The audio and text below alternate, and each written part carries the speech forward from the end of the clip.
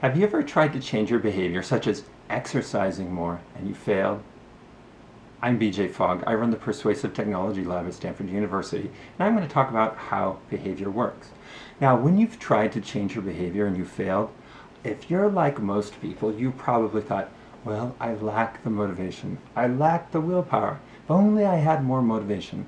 Well, I'm here to tell you that's not the key to changing your behavior.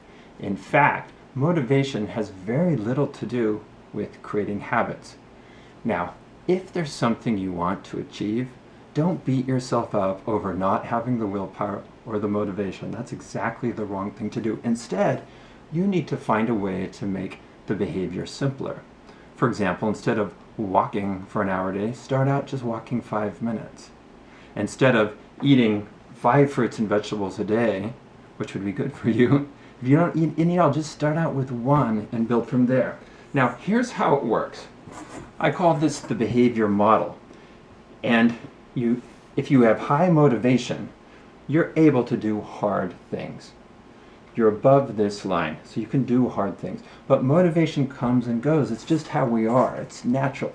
You won't be able to sustain high levels of motivation around a health behavior for very long. It will drop down, and then that hard thing is no longer possible to do. That's normal and natural, and that's why I say don't beat yourself up over that. Now, in contrast, if your motivation is low and the behavior is easy enough, you're over the threshold still.